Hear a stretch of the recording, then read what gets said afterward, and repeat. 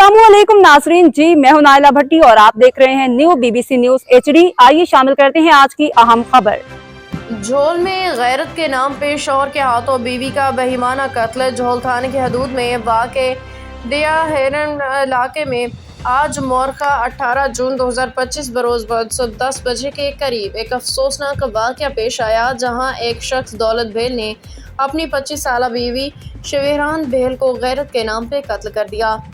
हासिल मालूमात के मुताबिक मकतूला शवेरान अपने घर के करीब कमाद की फसल में माल मवेशी के लिए चारा काट रही थी, जबकि इसका शौहर दौलत बेल वहाँ फसल पे स्प्रे कर रहा था। इसी दौरान दौलत बेल ने पहले रस्सी से गला घोंट के अपनी बीवी को बेहोश किया, फिर इसके सर और जिस्म के मुख्तलिफ हिस्सों पे दरांती रंबे से वार करके इसे कत्ल कर दिया। वाक़े की इत्तला मिलते ही झोल थाने के SHO अली बख्श मक्सी और ASI अब्दुल खालिक कराई पुलिस टीम के हमरा मौका वारदात पे पहुंचे, शवाहिद इकट्ठे किए और लाश को तहवील में लेके पोस्टमार्टम के लिए रूरल हेल्थ सेंटर RSC झोल मुंतकिल किया।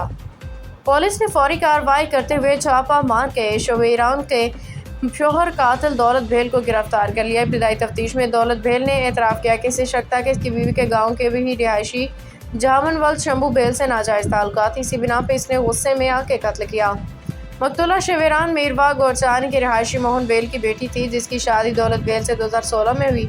शौहर बीवी के दरमियान कोई औलाद ना थी, अलबत्ता कुछ अर्सा कबल उन्होंने रिश्तेदारों से एक बच्चा गोद लिया था, जिसे बादिज़ा 1.5 साल कबल वापस कर दिया गया।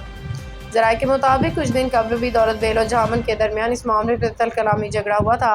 कातिल गिरफ्तारी के बाद लॉकअप में मुतमईन नजर आ रहा है, जबकि पुलिस वाक़े की मज़ीद तफ्तीश जारी रखे हुए है। अब तक के लिए इतना ही। मज़ीद खबरों और अपडेट्स के लिए देखते रहें न्यू BBC न्यूज HD।